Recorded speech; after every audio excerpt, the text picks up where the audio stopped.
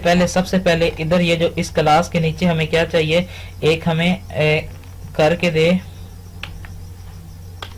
ये इधर हमारे पास एक प्राइवेट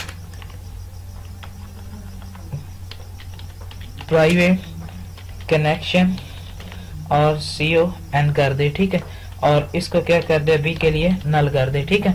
अभी आपको कनेक्शन के लिए इंपोर्ट करना पड़ेगा, इधर भी वही इंपोर्ट java.sql.asterisk, ठीक हो गया।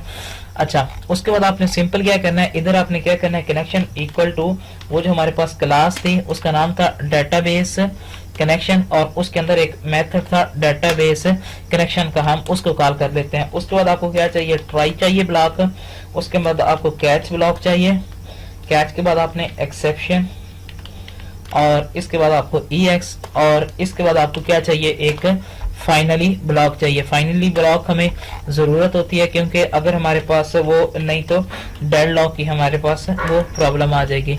इसके अंदर फिर हमें ट्राई कैच, फाइनली के अंदर फिर ट्राई कैच ब्लॉक चाहिए, और ट्राई के अंदर अब हमने सिंपल इतना ही लिखना है कि कनेक्शन डॉट क्लोज, ठीक है।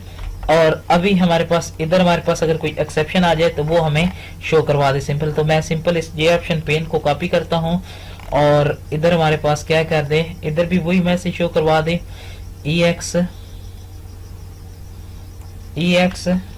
डॉट गेट मैसेज, ठीक है। अब इसको दोबारा फिर क्या करते हैं, इधर कॉपी करते हैं और इस कैच में भी वही पेस्ट कर देते हैं, ठीक है। अभी ये हो जाएगा हमारा, एक तो मसला हल हो गया। अब हमारे पास इधर क्या होना चाहिए, जब इस पे क्लिक हो, ठीक है। अच्छा, अब इसका ट्राई में क्या करें, एक तो पहले स्टेटमेंट बनाए,